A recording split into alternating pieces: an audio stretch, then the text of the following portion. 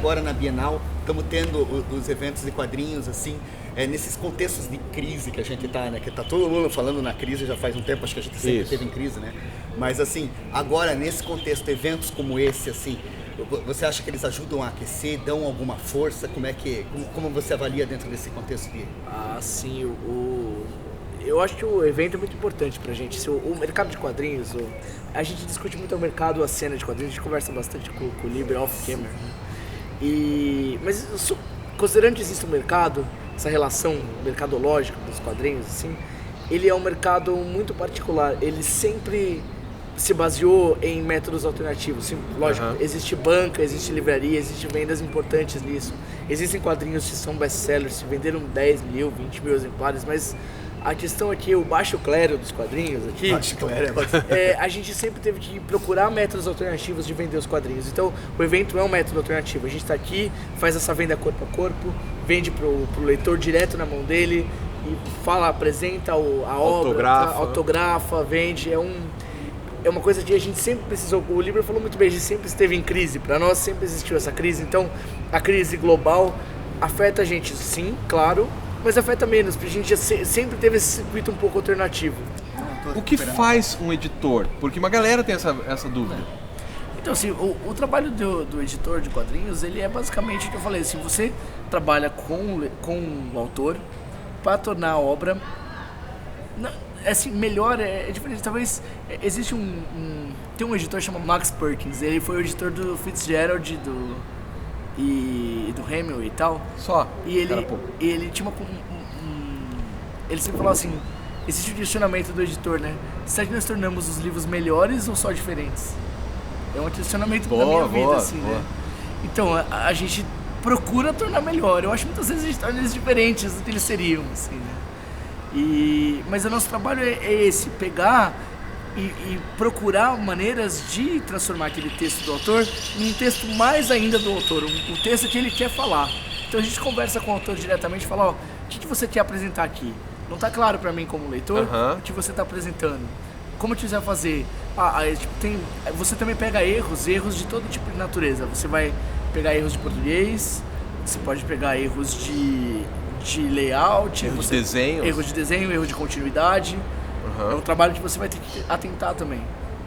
E você ajuda a desenvolver a embalagem do livro, que eu chamo de embalagem, né? A capa, o texto de quarta capa, ou às vezes uma apresentação. Promoção para vender. Promoção, Porque afinal de contas, no fundo, no final da linha tem um leitor, e esse leitor tem que consumir aquilo normalmente comprando. Sim. Claro, ele pode ir numa biblioteca, ou ele pode pegar digital, mas normalmente espera-se que ele compre ao final. Sim. Mas mesmo na biblioteca é uma compra, né? Você claro. Você se interessou e pegou na biblioteca, né? O que já é uma puta de uma vitória, né, cara? Sim, o cara pegar pra ler. E é um negócio assim, tipo, nas editoras pequenas essa figura do editor se confunde um pouco com as outras coisas, com o marketing, com o publisher, né? O publisher é o publicador e tal. A gente acaba fazendo um pouco de tudo. E não perfeitamente. Eu adoraria ter um departamento de marketing, um departamento comercial, que são pessoas especialistas no assunto, mas não tenho grana pra isso. Então a gente acaba fazendo tudo isso.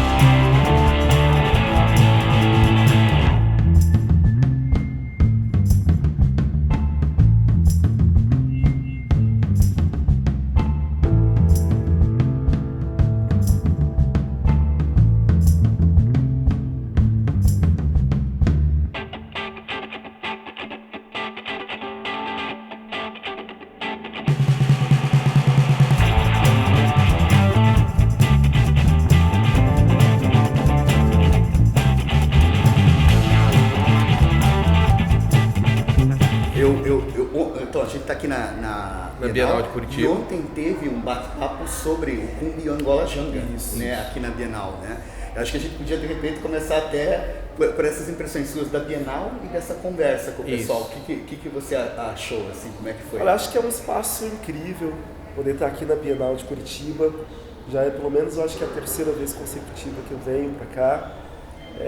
Mas foi a primeira vez que eu falei sozinho, não é, como mediador, especificamente sobre os livros, o Cumbi e o Angola Janga. E tem sido muito interessante poder ter esse contato com o público, poder ouvir, não é, questões que remetem ao livro, mas que também são desdobramentos que as pessoas geralmente pensam, né, a partir do livro. E isso é essencial, né? O livro ele tem que abrir para outras questões também. Eu acho que essas obras têm um pouco disso. E os retornos que você está recebendo, eu fiquei bem impressionado ontem, eu fiquei impressionado mesmo ontem na mesa, com o nível, assim, das pessoas, são todas engajadas, todas com perguntas muito boas, bem estruturadas em pesquisa, metodologia e tal.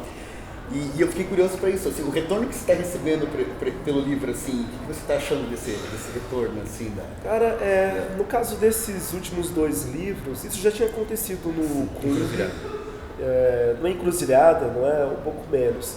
Era muito o quê? Encruzilhada e Noite Luz, o público que lia muito de quadrinhos chegava nesses livros e depois me comentava alguma coisa e tal. Teve uma recepção crítica muito boa, mas grande parte do público que não era leitor de quadrinhos não tinha acesso. Poucas pessoas. No caso do Cumbi e do Angola Janga, não, foi diferente. Muita gente que não eram leitores tradicionais de quadrinho foram atrás da obra. Muita gente interessada na parte de pesquisa, mas que acaba se encantando também com a forma de contar a história. E um público extremamente engajado também, em pensar na história do Brasil a partir de outras perspectivas e interessados em conhecer mais sobre essas formas de pensar o nosso país e essas conexões que não são só com o Brasil, mas também com o seu entorno. É que eu sou historiador e assim as pessoas têm uma dificuldade grande de conhecer a história do Brasil, né?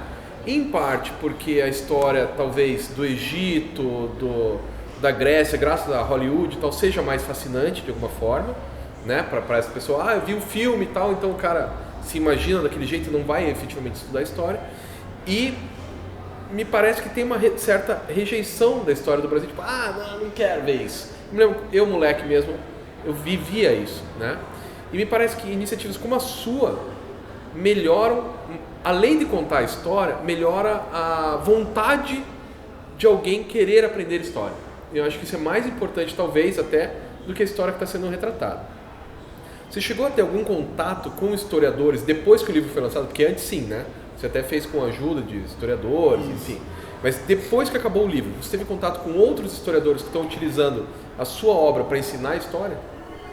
Eu tive uma interlocução muito grande com pesquisadores, professores universitários, né, e muita gente da área de história, literatura, interessada nesses livros. Gente que está na universidade para dialogar com os alunos da graduação e professores também da rede municipal, estadual de ensino também. Muita gente está interessada nessas obras, isso eu acho interessante. Não que a nossa história não seja importante e mereça, não é, grandes obras, que é um pouco o que você estava falando, eu entendi, que às vezes a gente e o público mais novo fica interessado nas obras, das histórias que existem já fora, sobre Europa, América, porque muitas vezes são histórias que já estão sendo contadas, além dos livros clássicos, teóricos, você já tem filmes, em vários tipos de narrativas. Isso faz com que a pessoa tenha mais acesso àquilo, não é? E a sua obra... para a literatura mais acadêmica. Esse tipo de ponte é algo que a gente ainda tem que fazer aqui no Brasil. Que a sua obra está fazendo. Eu tento fazer. Tem muita coisa interessante falando sobre o Brasil colonial e alguns personagens importantes negros, indígenas e outros no período colonial, que a gente tem pouco acesso, e o que existe e está registrado, muitas vezes ainda é codificado dentro de um contexto muito acadêmico. Exatamente. E chega somente a esse tipo de... A elite da elite, né? Que é o historiador, porque não é toda... Porque assim, o cara, sei lá, da física, o cara da administração, ele não vai se interessar por isso, deveria ter que se interessar. Então isso deveria ser falado lá na base, né? Lá pro moleque, não sei, 5º ano, 6º ano que você estuda História do Brasil. Acho que um livro como o seu ajuda essa molecada a gostar mais da história do Brasil, tanto quanto os filmes de Hollywood ajudam eles a gostar da Grécia ou do Egito, por exemplo.